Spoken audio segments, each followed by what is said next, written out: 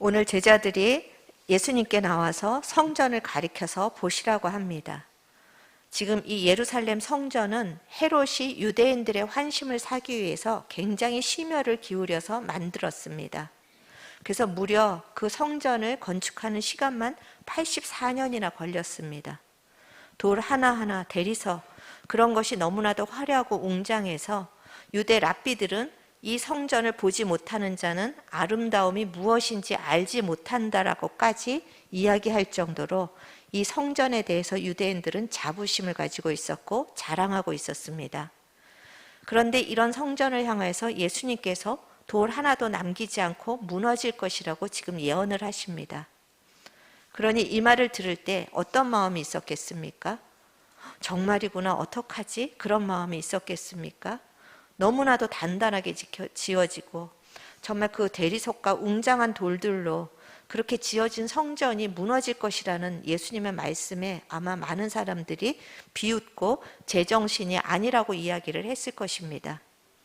그런데 예수님의 예언처럼 이 성전이 지어지고 완공된 6년 후에 AD 70년에 로마군이 예루살렘을 정말 점령하면서 이 성전을 회파했습니다. 많은 사람이 죽고 이 성전이 무너지면서 예수님이 예언하신 것처럼 돌 위에 돌 하나도 없이 완전하게 무너진 것입니다. 24장 35절에 보면 주님의 말씀은 없어지지 않는다고 합니다.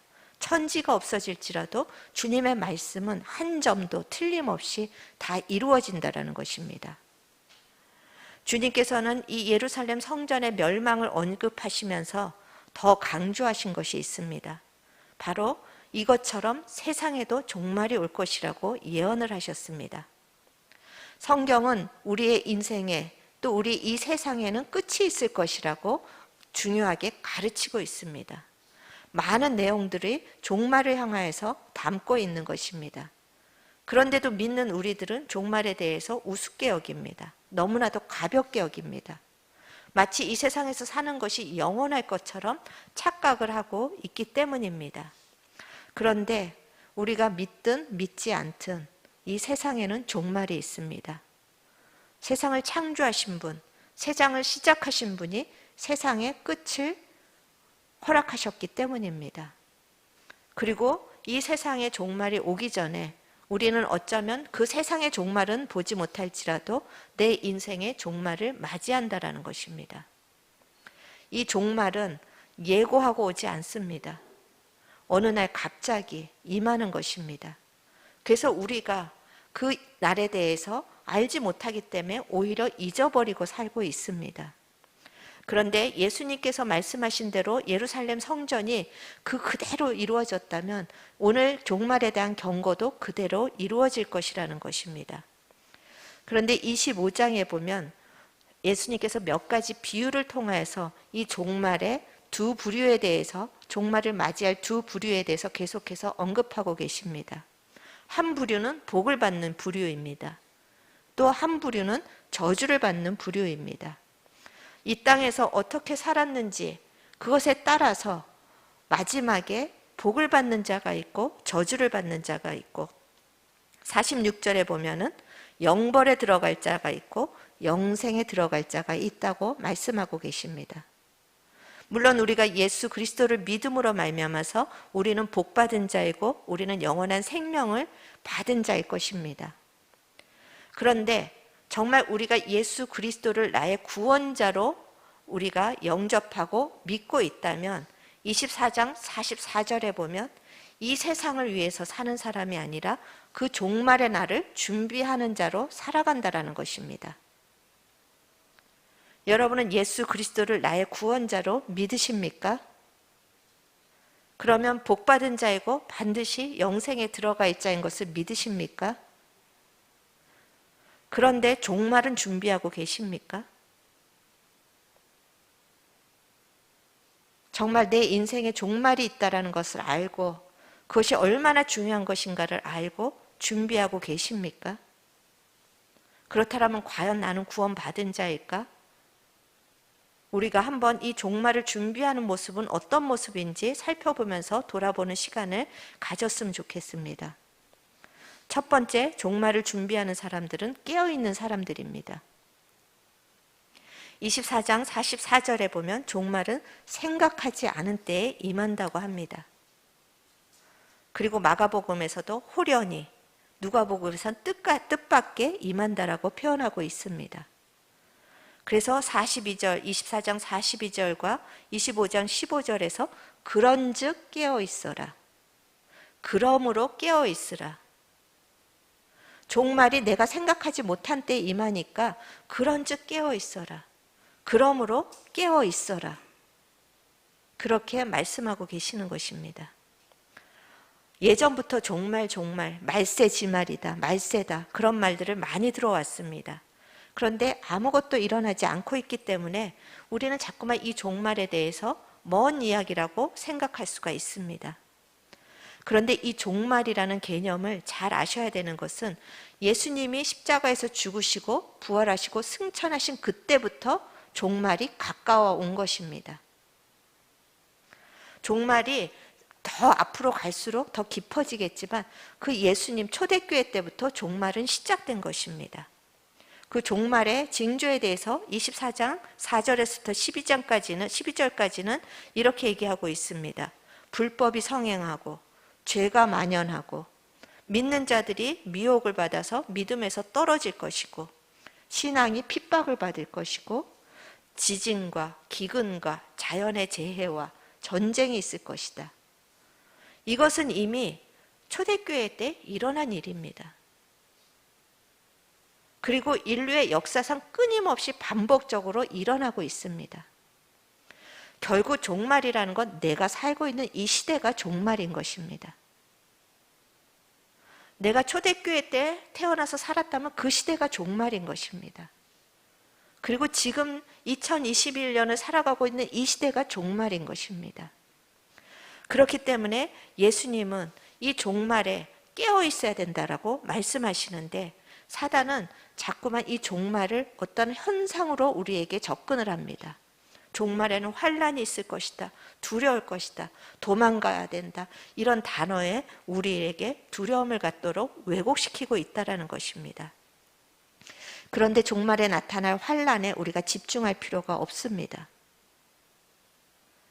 24장 37절에서부터 38절에 보면은 종말이 노아의 때와 같이 임한다라고 이야기하고 있습니다. 노아의 때가 어떤 때입니까?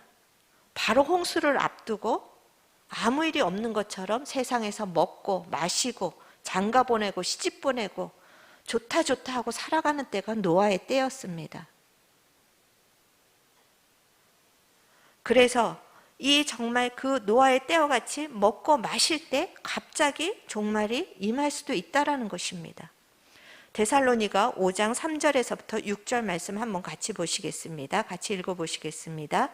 그들이 평안하다 안전하다 할 그때에 임신한 여자에게 해산의 고통이 이른과 같이 멸망이 갑자기 그들에게 이르느니 결코 피하지 못하리라.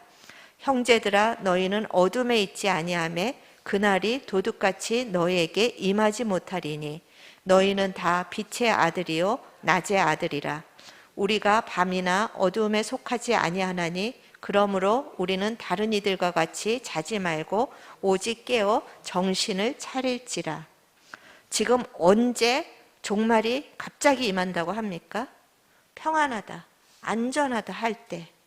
그렇기 때문에 꼭 환란이 깊어져야 종말이 온다라는 것도 우리가 다시 한번 생각해 봐야 되는 것입니다. 그래서 샘 스톰스라는 그런 학자는 환란은 이미 예루살렘 성전이 무너지면서 많은 사람이 죽고 그 환란은 이미 예수님이 예언한 대로 일어났다. 오히려 종말은 예수님의 재림은 사람들이 일상의 생활에 너무나도 몰두할 때 사람들의 마음에서 가장 무관심 일이 되는 그때에 오실 것이다. 그렇게 해석도 했던 것입니다. 우리가 종말이 언제 올까? 그것을 현상을 가지고 해석할 필요가 없다라는 것입니다. 내가 평안한 시대에 종말이 올 수도 있는 것이고 우리가 환난을 당하는 시대에 종말이 올 수도 있는 것입니다. 그런데 이 종말이 갑자기 오지만 깨어있는 자에게는 도둑같이 임하지 않는다라고 데살로니가 전서에서 말씀하고 계십니다. 왜냐하면 그 종말을 준비하고 있기 때문에 갑작스럽게 당하는 것이 아니라는 것입니다. 우리가 어떤 시대에 살고 있던 긴박하게 그 시대 속에서 항상 종말을 생각하면서 살아가는 신앙을 가져야 된다라고 이 오늘 종말을 맞이해서 예수님께서 말씀하시는 것입니다. 지금 코로나로 인해서 상황이 변화됐습니다. 사실 이거는 환난도 아닙니다. 불편한 것입니다. 그런데도 벌써 많은 사람들이 신앙에서 떠내려가고 있습니다. 이제 이렇게 나와서 예배를 드릴 수 있는 상황 속에서도 유튜브로 듣겠다라고, 더 이상 이제 교회를 나오지 않겠다라고 자기 편리로 인하여서 신앙을 떠나가고 있습니다. 이렇게 조금 불편함도 참지 못하는데 우리가 어떤 환난이 오면 어떻게 신앙을 지킬 수가 있겠습니까? 이 전염병으로 인해서 국가가 종교를 통제하는 것이 이제 합법적이 되어버렸습니다. 당연한 것이 되었습니다. 앞으로 국가가 종교를 통합하기 시작하면 반드시 우리는 핍박을 받을 것입니다. 왜냐하면 다른 종교는 나라에 협조를 할지라도 기독교는 예수 그리스도를 결코 포기할 수 없기 때문입니다. 물론 어떤 상황적으로 협조할 것들은 협조해야 되지만 예수님만이 우리의 구원자이고 우리는 어떤 상황 속에서도 하나님을 예배하는 것을 멈출 수 없다. 코로나의 상황에서 전염병에 대해서는 우리가 같이 협조를 해야 되지만 이런 정신으로 우리가 나아갈 때 앞으로 기독교는 탄압을 받을 수밖에 없는 것입니다. 그런데 이 코로나의 이 조그만 상황 속에서도 사람들의 거의 많은 수가 지금 신앙을 떠나고 있는데 우리가 종말을 준비하지 않으면, 그 시대를 지금부터 준비하지 않으면 누가 과연 몇 사람이나 남은 자가 있을까? 참 두려운 마음이 듭니다. 히브리서 3장 12절에서 14절 한번 같이 읽어보시겠습니다.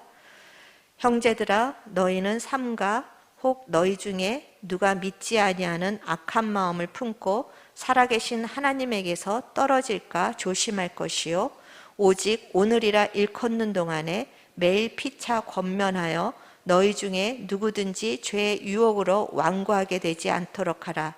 우리가 시작할 때 확신한 것을 끝까지 견고히 잡고 있으면 그리스도와 함께 참여한 자가 되리라. 아멘.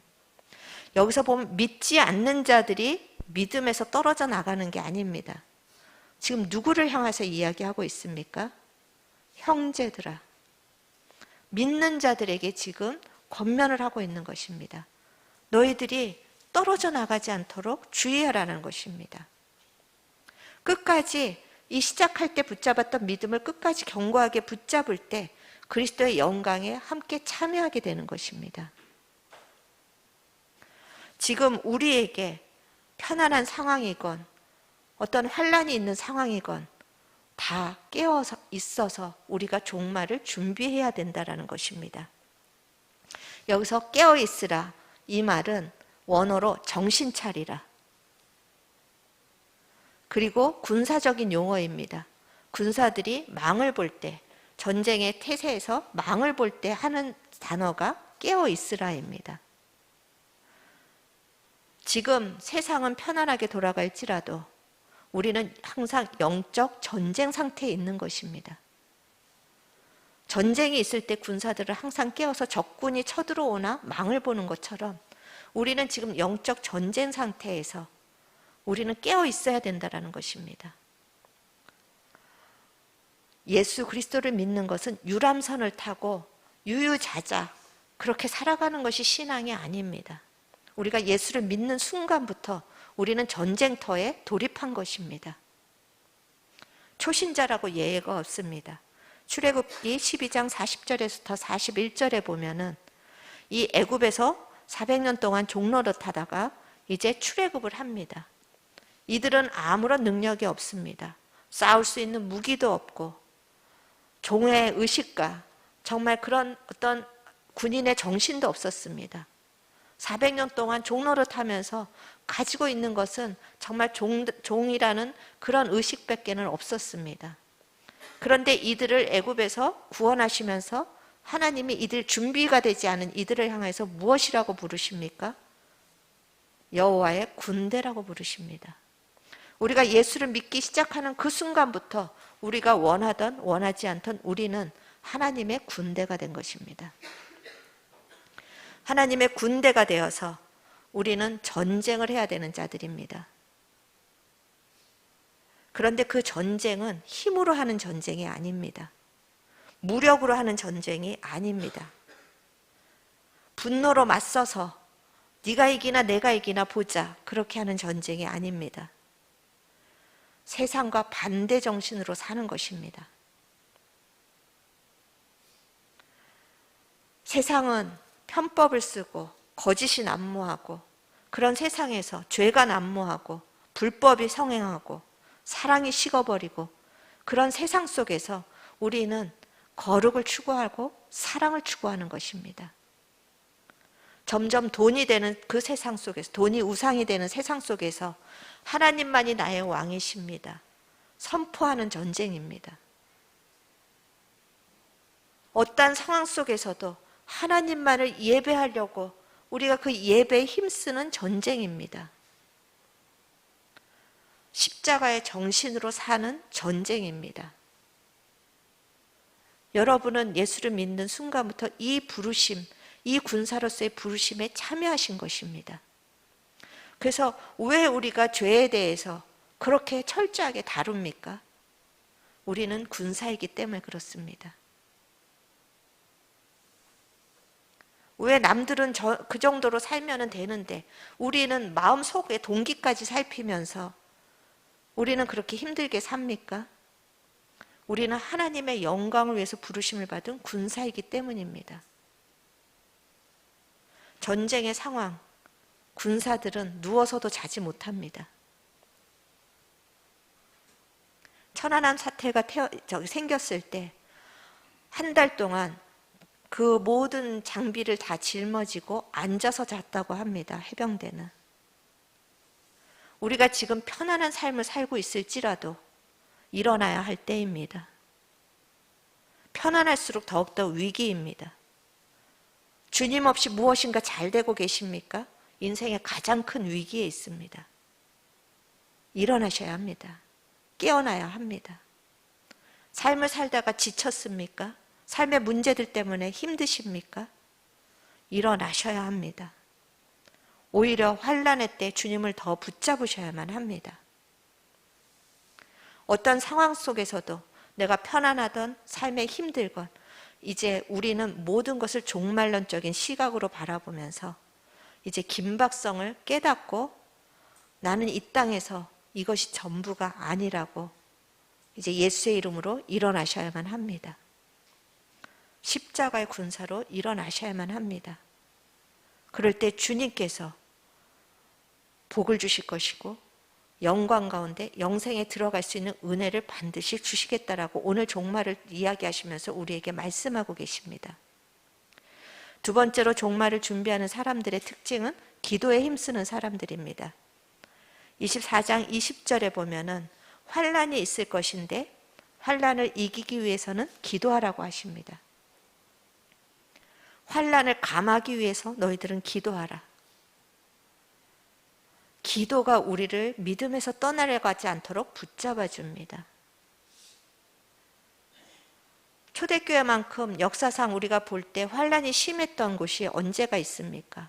그때는 사자굴에도 들어가고 예수를 믿는다라는 것 때문에 죽임을 당했습니다. 그런데 환난이 심할수록 성령의 역사는 더욱더 강력하게 나타나는 것을 믿으시기 바랍니다.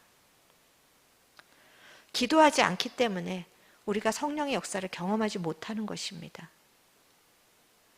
성령의 역사가 없으니까 미혹되는 것이고 성령의 역사가 없으니까 두려움에 사로잡히는 것입니다. 영적인 우리가 내성, 우리가 세상에서는 유리멘탈이라고 하죠.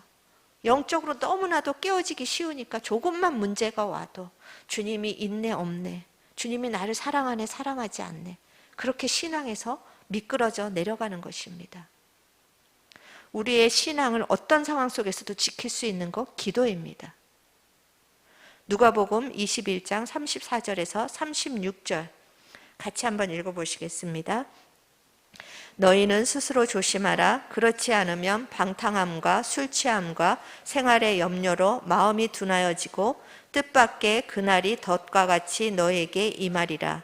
이날은 온 지구상에 거하는 모든 사람에게 임하리라. 이러므로 너희는 장차 올 이 모든 일을 능히 피하고 인자 앞에 서도록 항상 기도하며 깨어있으라 하시니라. 이 모든 일을 능히 피하고, 우리에게 일어날 이 모든 일을 능히 피하고 인자 앞에 설 수 있는 것, 그 비결이 무엇입니까? 기도입니다.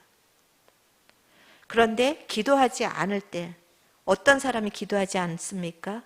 방탕함과 술 취함과 생활의 염려로 마음이 둔하여질 때 기도가 되지가 않습니다.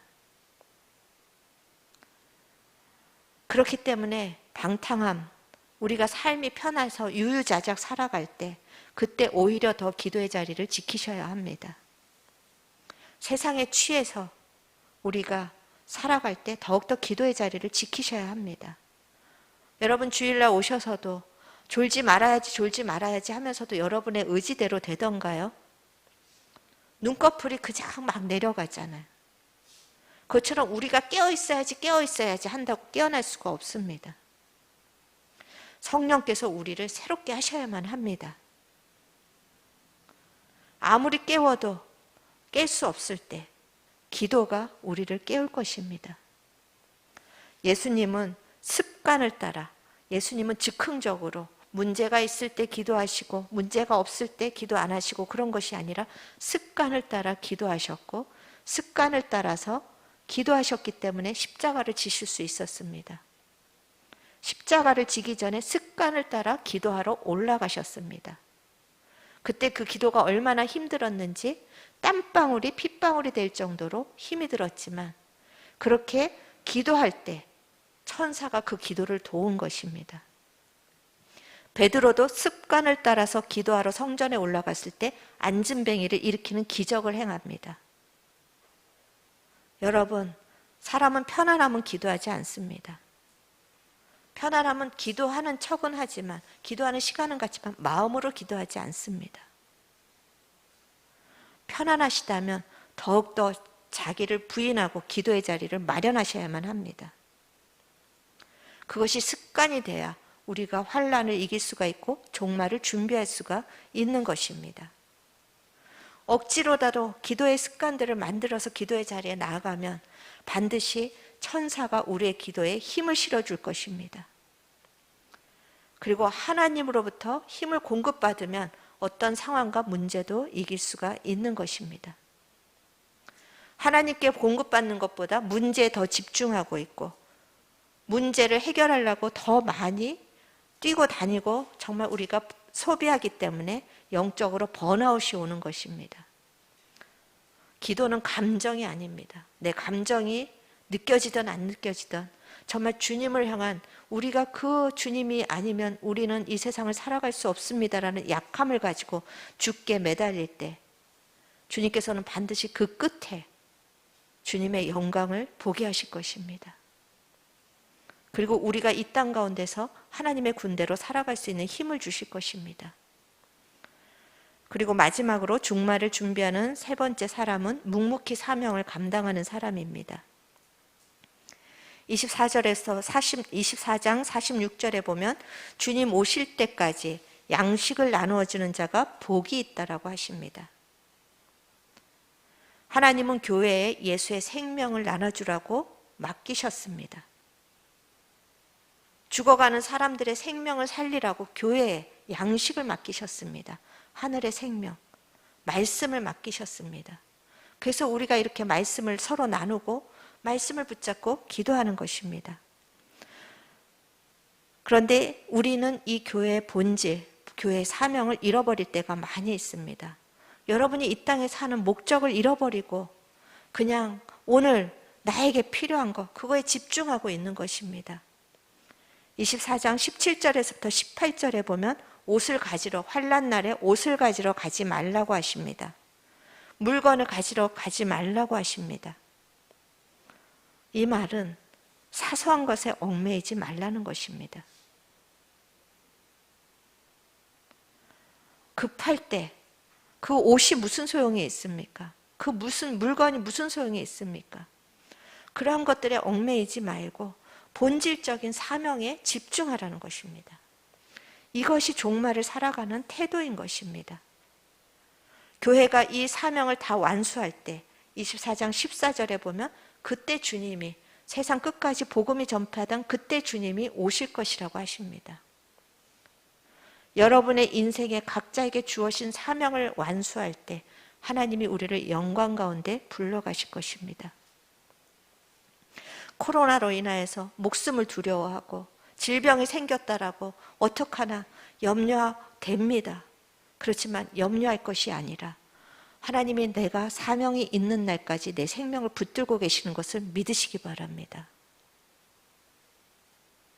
그리고 그 사명을 묵묵히 감당하십시오.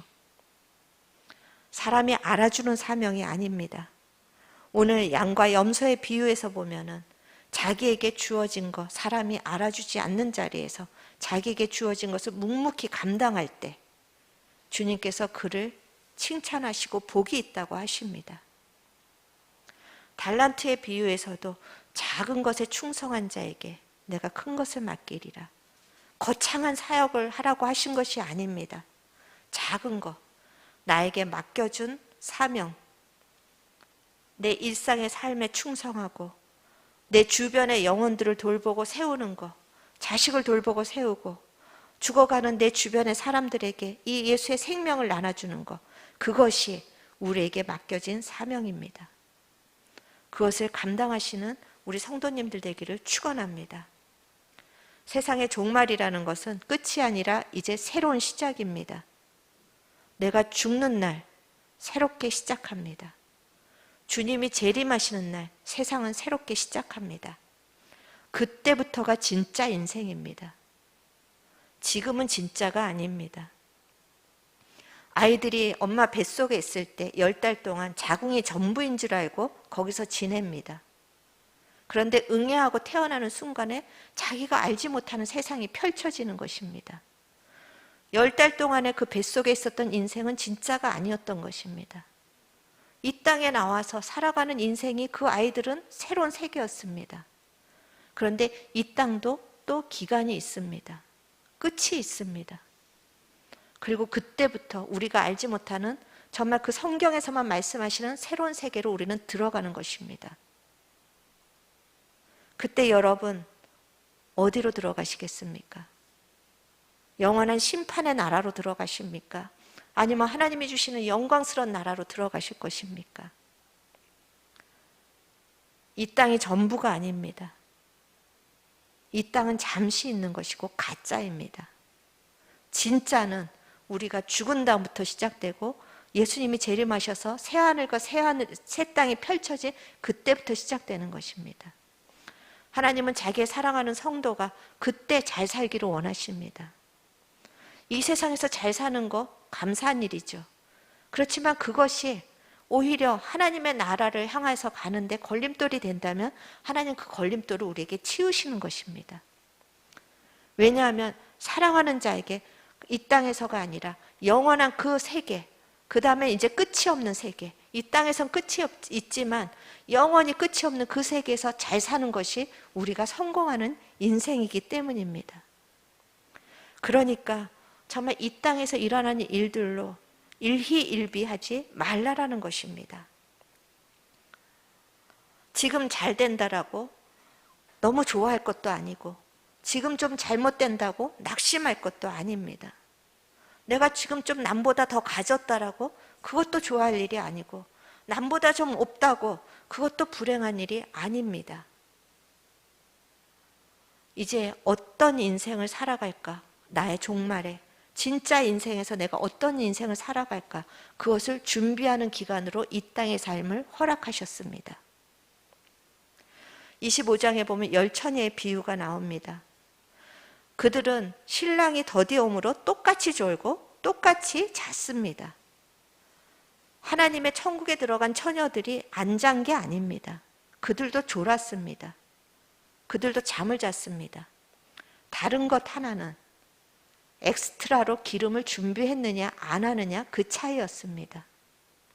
신랑이 더디 오자 미련한 처녀들은 기름을 다 썼습니다. 그리고 그 기름을 사러 분주하게 나갔습니다. 그들이 그 나라에 들어가기를 애쓰지 않은 것이 아닙니다. 기름을 사러 분주하게 나갔습니다. 그런데 미리 기름을 준비한 처녀들을 정말 그때 기름이 다 등불에 기름이 떨어지자 다시 채워서 하나님의 나라에 들어갔습니다. 기회가 있을 때 준비해야 된다는 것입니다. 우리가 경기들을 보면, 운동 경기를 보면은 그 시간 안에 골을 넣어야지만 소용이 있는 것입니다. 타임 아웃이 된 다음에 아무리 골을 넣으면 무슨 소용이 있습니까? 오늘이라는 시간을 여러분의 종말을 준비하도록 허락하셨습니다.